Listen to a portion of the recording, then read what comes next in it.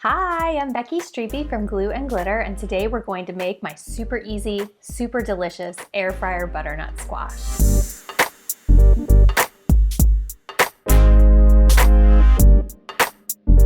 Y'all, if you're not roasting vegetables in your air fryer, you are missing out.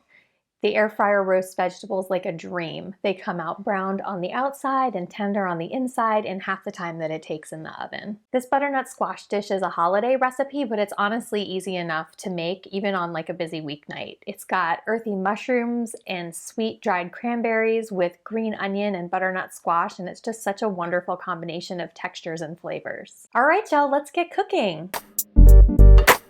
So start with 4 cups of diced butternut squash, and you want them to be diced into about 1/2-inch pieces. And it's really important that your pieces are pretty uniform. If your pieces are not uniform in size, they won't cook uniformly and you'll end up with some burnt pieces and some that are underdone, and I don't want that for you. It's also really important that when you peel that squash, that you peel it really well.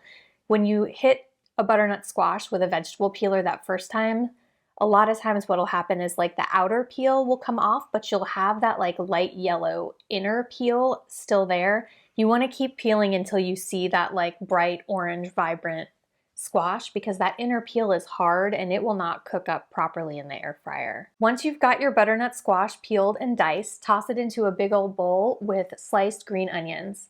You want your green onion pieces to be pretty long, because they are going to cook down a lot in the air fryer. I love cooked green onion. If you haven't used them this way, it's really delicious. They get a little bit sweet and they crisp up in the air fryer. It's really lovely. Then add to the bowl 8 ounces of button mushrooms and just quarter them. And you'll see that when I had some really small mushrooms, I just cut them in half. You just kind of want, again, uniform pieces so that they'll cook uniformly. Toss the veggies together and then set those aside, and it's time to make the sauce.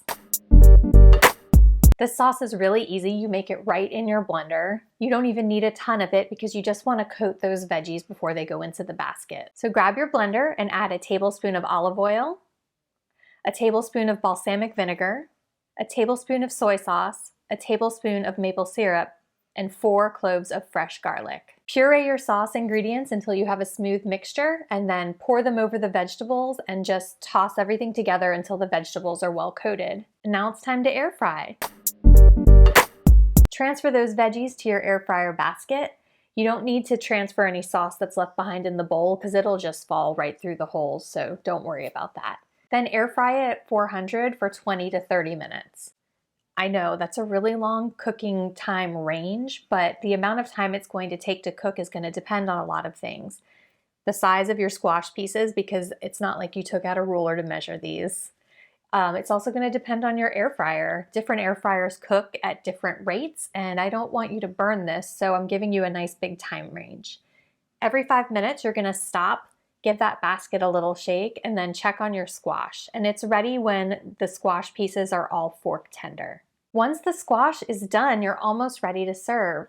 So I do this right in the air fryer basket. You can transfer it back to the mixing bowl if you prefer, but add in those dried cranberries and then toss everything just to get it evenly mixed. And then transfer it to your serving bowl.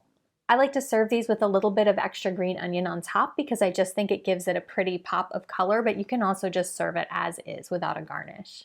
I hope that this video answered all of your questions about how to make air fryer butternut squash. If you have any questions that I didn't address in the video, feel free to drop a comment below. I'm always happy to help. And don't forget to rate and subscribe. Happy cooking!